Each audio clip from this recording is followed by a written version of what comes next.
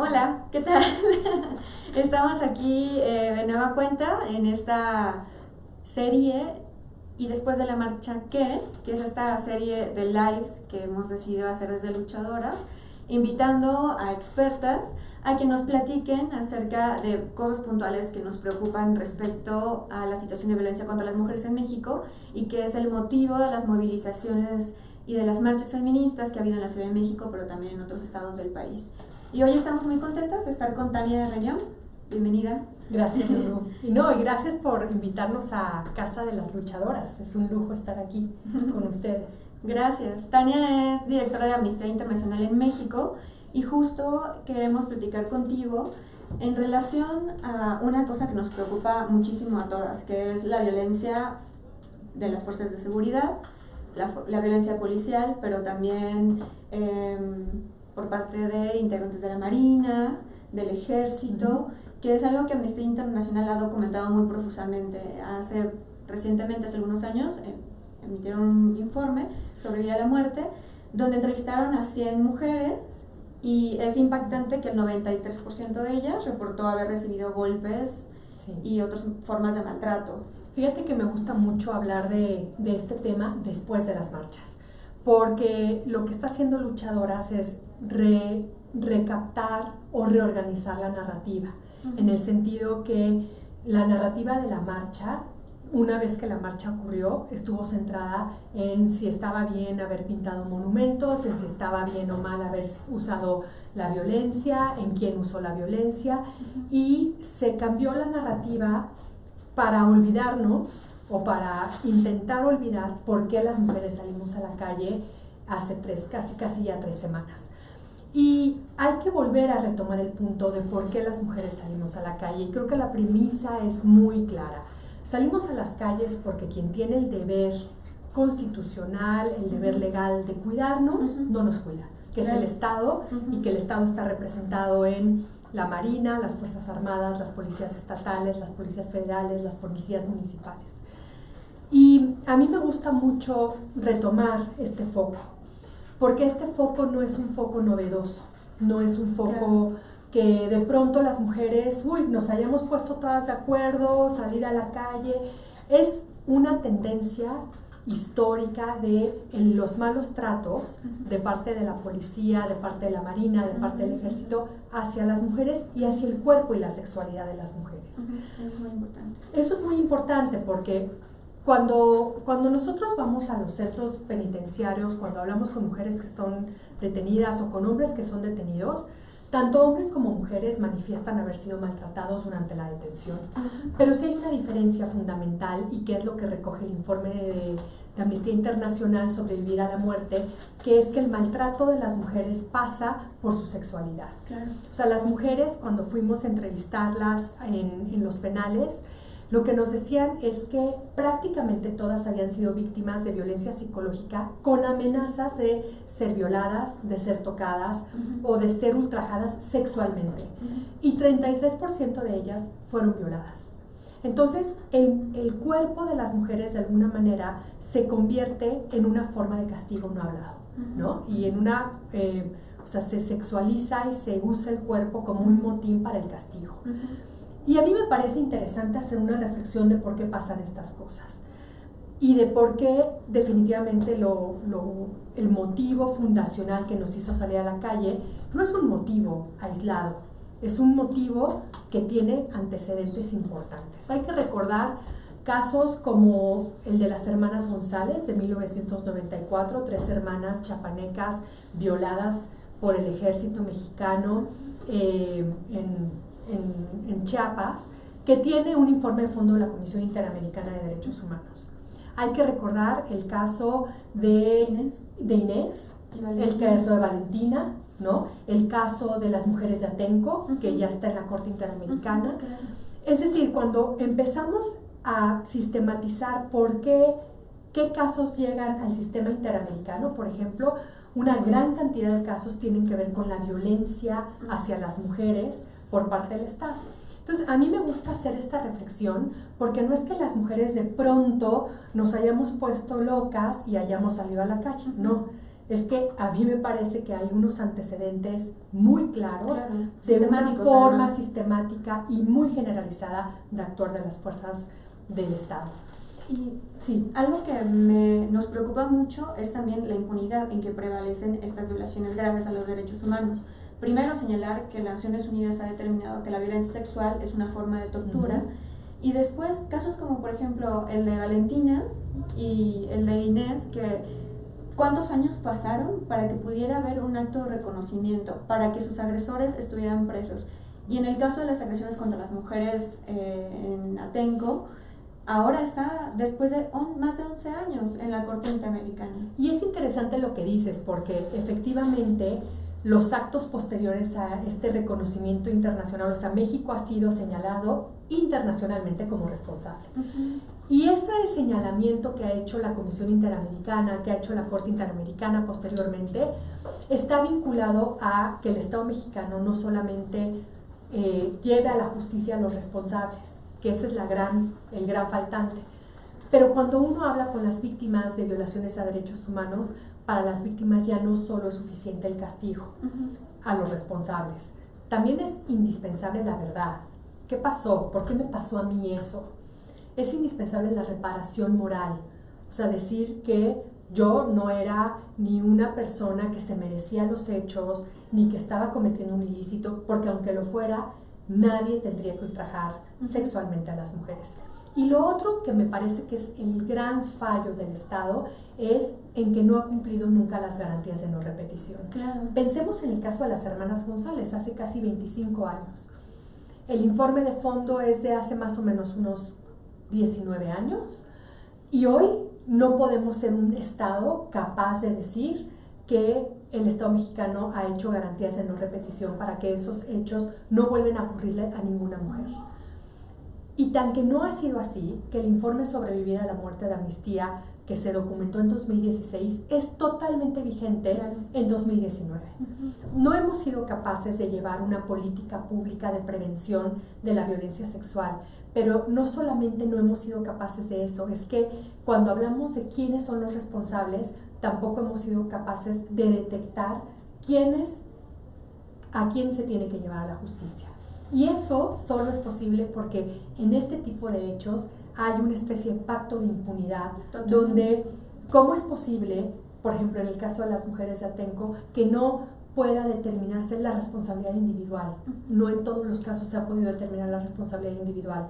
Cuando tendríamos, ¿no? La policía tendría que haber dado, no sé, el informe de quién estuvo en el operativo, las horas, las funciones, pero hay una especie de pacto de impunidad que hace posible que estos hechos vuelvan a repetirse una y otra vez, de manera masiva como en Atenco o de manera individual como lo hemos reportado en Sobrevivir a la muerte.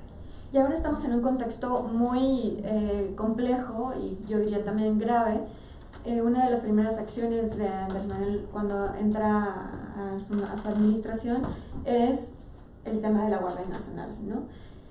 Justo para mí la principal o de las primeras recomendaciones del informe que Amnistía elabora es ordenar el retiro de las Fuerzas Armadas de las labores de seguridad pública. Sí. O sea, esto totalmente lo contrario. ¿Cuál ha sido el trabajo, la postura y cuál es la preocupación de Amnistía respecto a la Guardia Nacional? Nosotros cuando se estuvo discutiendo la reforma constitucional, hicimos un trabajo junto con otras organizaciones muy fuerte de incidencia en el Senado y en la Cámara de Diputados. Y vimos con mucha preocupación que al cambio de gobierno también hubo un cambio de legislatura importante, donde prácticamente toda la legislatura es una legislatura del partido del presidente. Y la legislatura, el Congreso, llamémoslo así, ¿no? El Congreso ha fallado en su función de ser un verdadero contrapeso al Ejecutivo.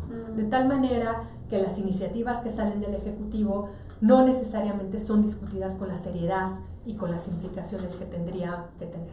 En aquel momento la discusión era que Guardia Nacional o nos quedamos con los cuerpos policiales como están ahora. ¿Qué prefieres? ¿Al ejército que tiene más aceptación o la corrupción de todas las policías? Aceptación.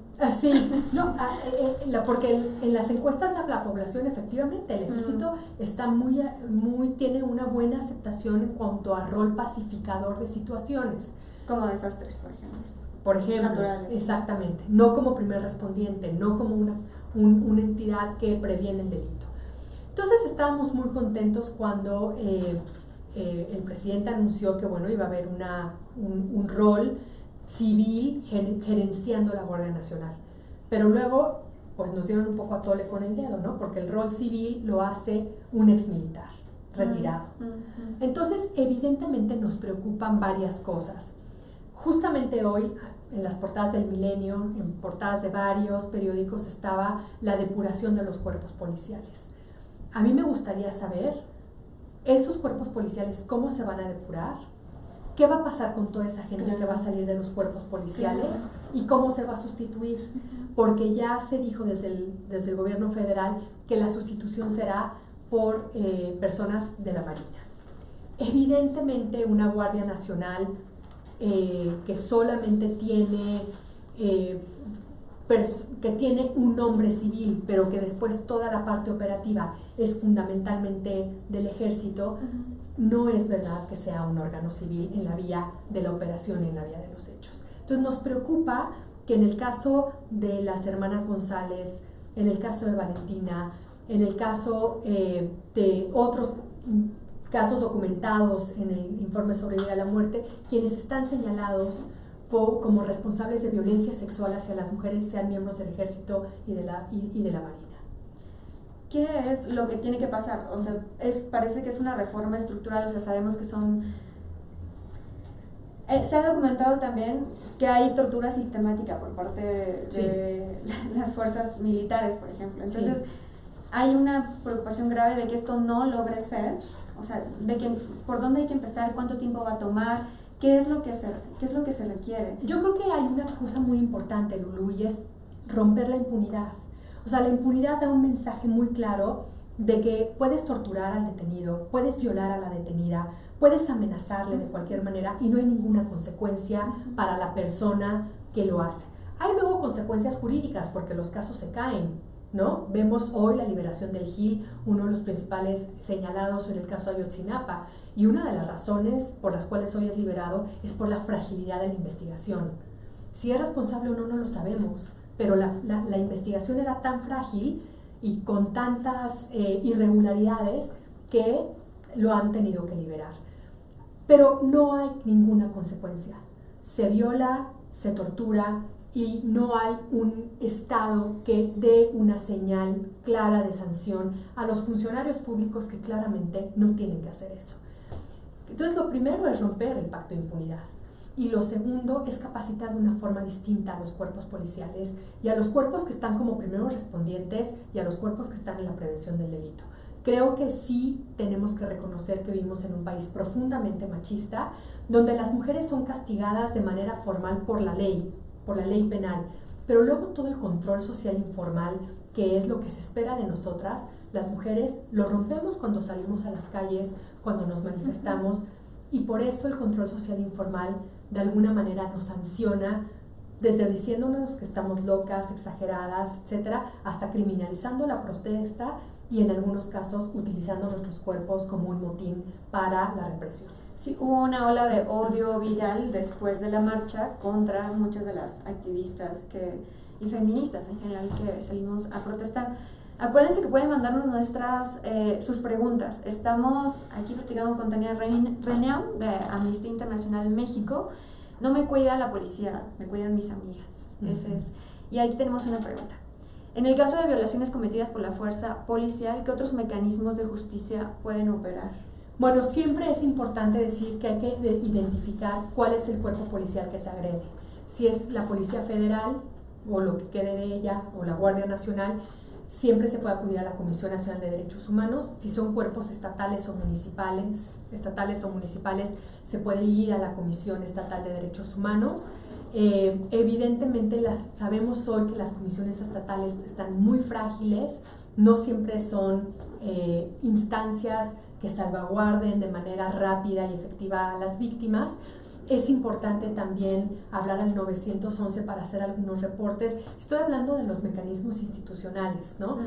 Pero evidentemente sí es fundamental tener, por ejemplo, ir al Ministerio Público, yo lo recomendaría, pero por el otro lado hay todos los riesgos que existen de ir a un Ministerio Público que en ocasiones puede estar informándole a la policía, oye, ya vino esta señora a denunciarte, ¿no? Entonces ir a las comisiones estatales de derechos humanos puede ser una opción, pero también la impunidad ha creado una especie de poca o una frágil institucionalidad para que las personas creamos en denunciar, ¿no? Y queramos denunciar.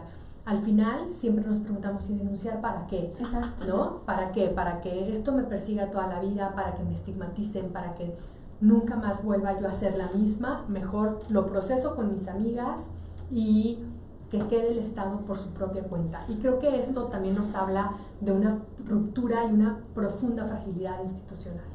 Y eso me lleva a acordarme del caso de Alondra, el feminicidio de Alondra, que ustedes han acompañado recientemente, sí. Y que justo es una muestra de lo que dices. Porque pienso, cuando Alondra llega al Centro de Justicia para las Mujeres, en Jalisco, no recibió la protección que necesitaba y fue asesinada días después. Alondra llega con 8 meses de embarazo al Centro de Justicia para las Mujeres, le dan la orden de protección y la funcionaria que la atiende no notifica adecuadamente la orden de protección, con lo cual la orden de protección nunca se hace vigente para las funciones policiales.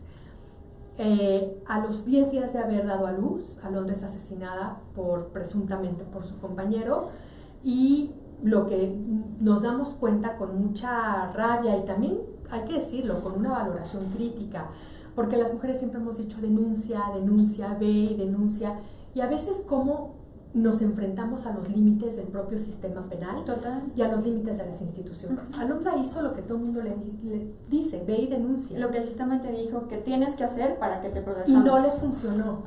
Por eso creemos que el caso Alondra no solamente es paradigmático por el hecho que es un feminicidio más, es paradigmático porque Alondra hizo lo que tenía que hacer, lo que las instituciones dicen que hagamos las mujeres cuando nos maltratan, que es denunciar.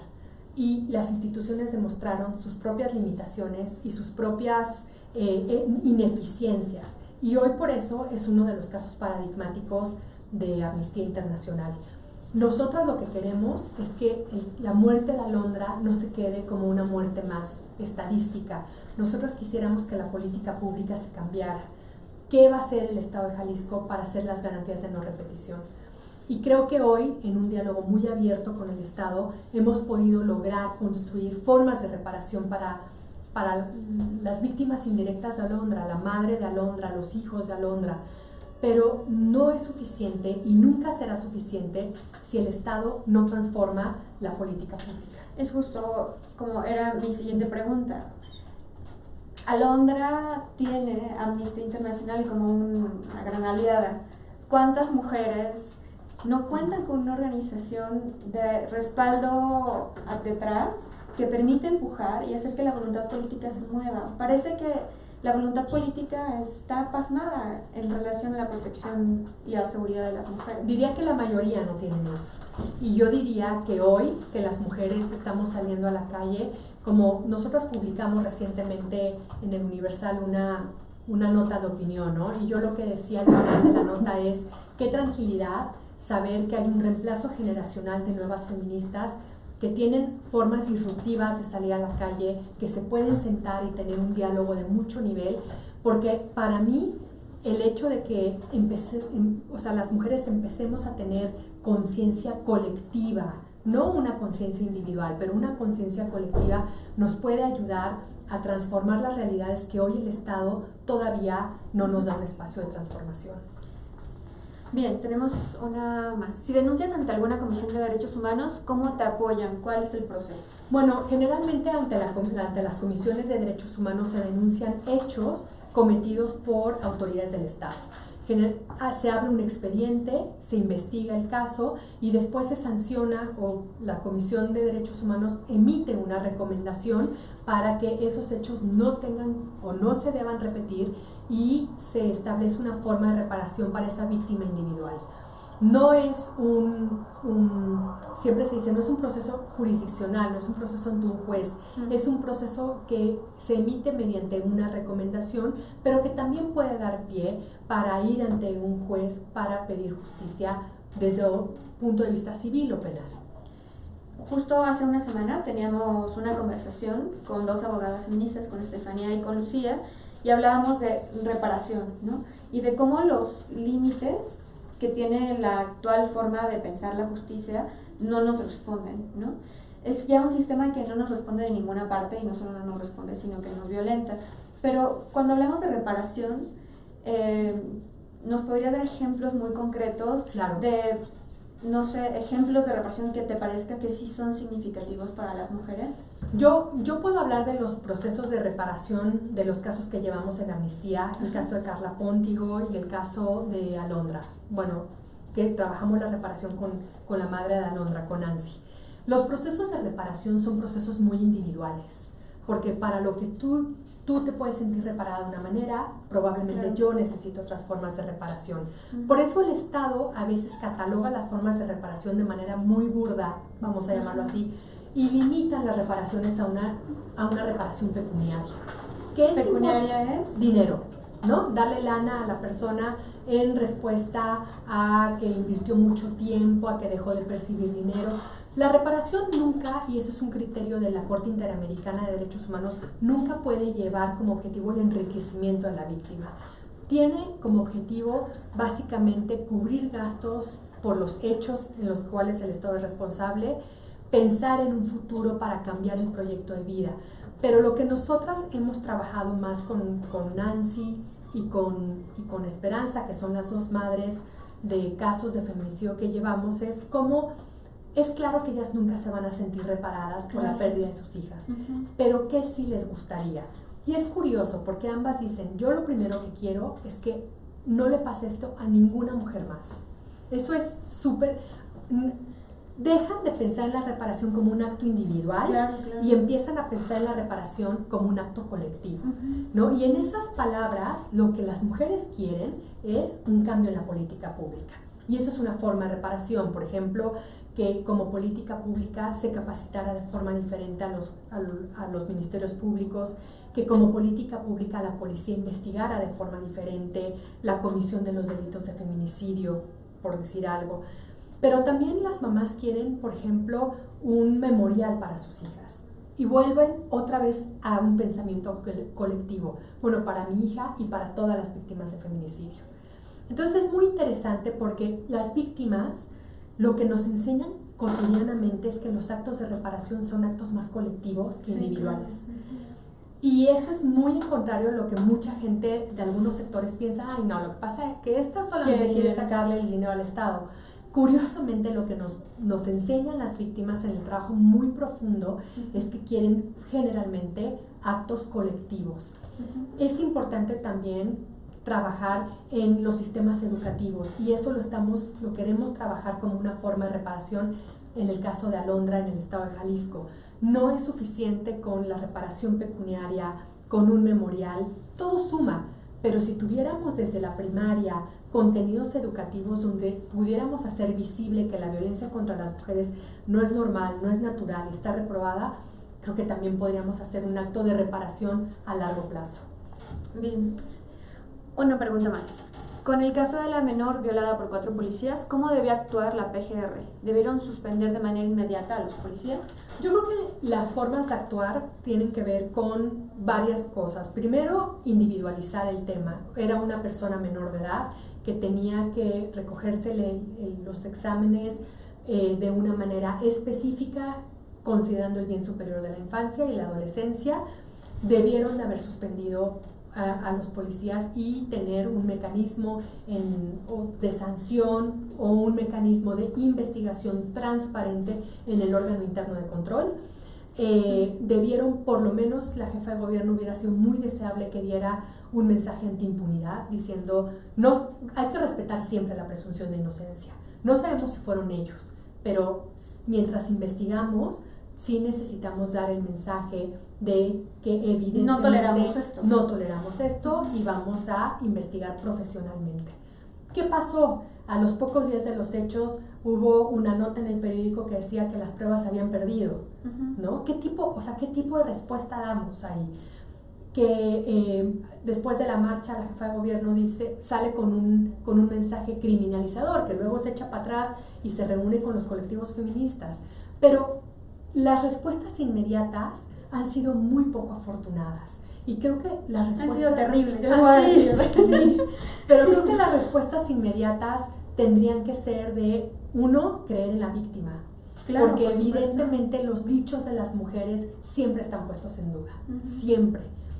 Creer, o sea, ¿cómo es posible que no crean a una persona si la violaron y crean más a otra persona que le robaron el coche?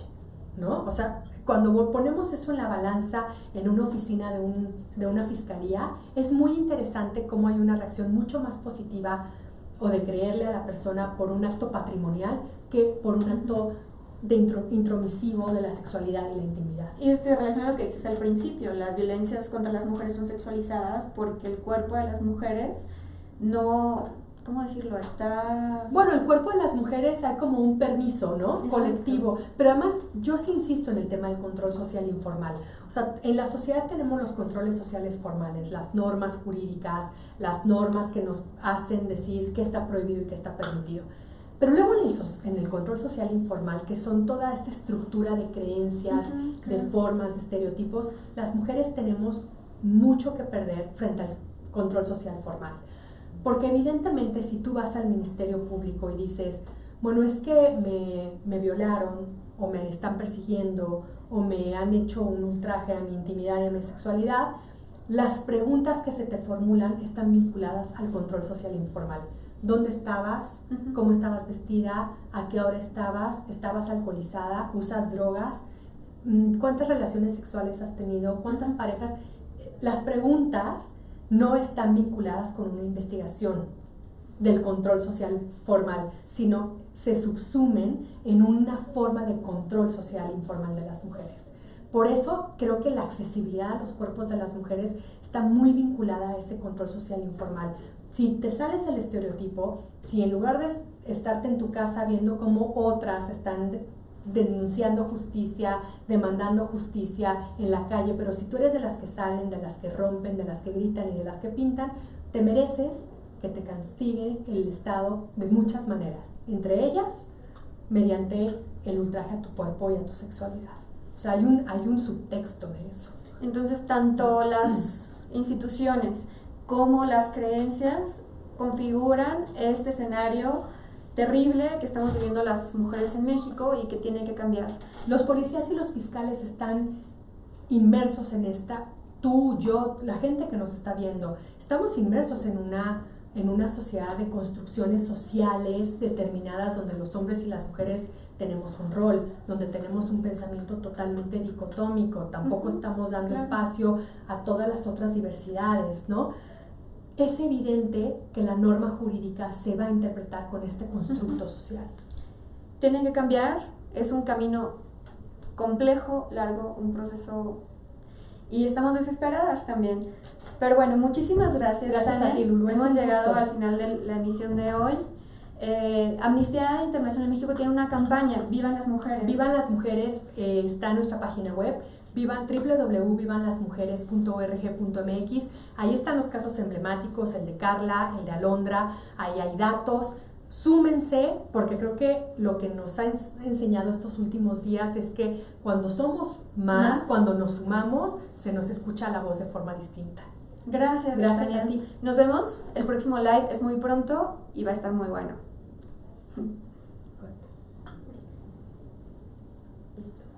Muy bien. Muchas gracias.